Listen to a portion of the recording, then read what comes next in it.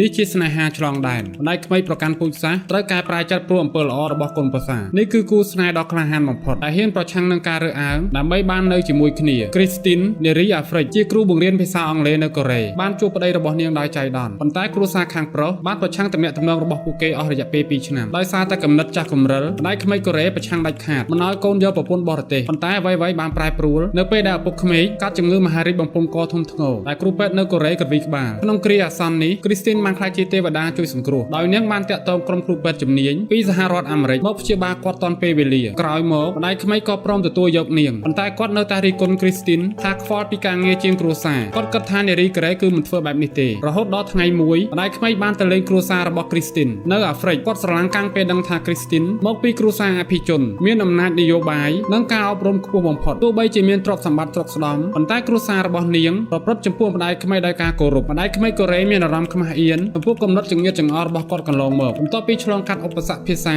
និងវប្បធម៌ទីបំផុតអ្នកទាំងពីរបានយល់ចិត្តគ្នានិងបង្កើតទំនាក់ទំនងយ៉ាងជិតស្និទ្ធតែអ្នកយល់យ៉ាងណាចំពោះវីដេអូនេះកុំភ្លេចខមមិននៅខាងក្រោម